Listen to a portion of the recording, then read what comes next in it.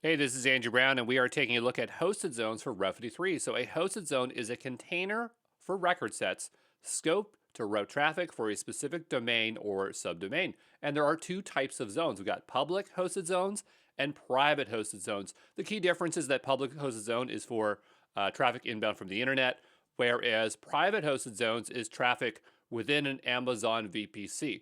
So to configure the difference here, if you were creating a public one, it would look like this. When you use the API, you have to provide a caller reference. This is just a unique value, so that when you send this API call, that it won't create a duplicate record because that's something it really doesn't want to do. So here we're using the date. It could be whatever you want. We don't have to supply a comment there, but that's just a comment to help identify what this hosted zone is for.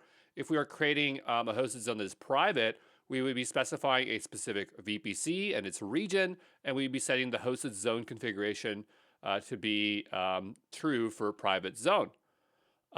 So one other thing that I want to specify here, because I said up there it's for domains and subdomains, but one thing that you might do, this is a more complex use case, and it's something that we actually did at ExamPro for our application.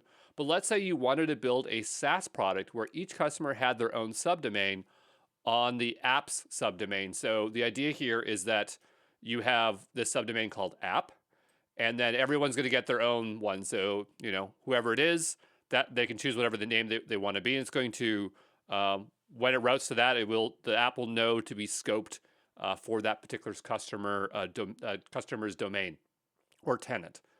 So here is some CloudFormation code. And we'll just walk through this really quickly. So the first thing is you'd have to create a hosted zone. So here we have a hosted zone on the primary domain. And then what we need to create a record set to the subdomain pointing to the name server of the subdomain. So what we're talking about here is this record set here. And notice that this record set belongs to the main hosted zone, and it's using app here, and it's asking for name servers, and then it's referencing the name servers from the other subdomain hosted zone. Okay, so then we have this other hosted zone that we created, and this one in particular is for app as opposed to the one up here that does not have it. And then what we'll do is we'll create a record set within the subdomain hosted zone, and we'll put a wildcard on it here with an A record. And then all it's going to do is anything that's captured in this wildcard is going to go back to this domain. But the idea is that we will know the original address so that we can determine what tenant or specific customer we're referencing.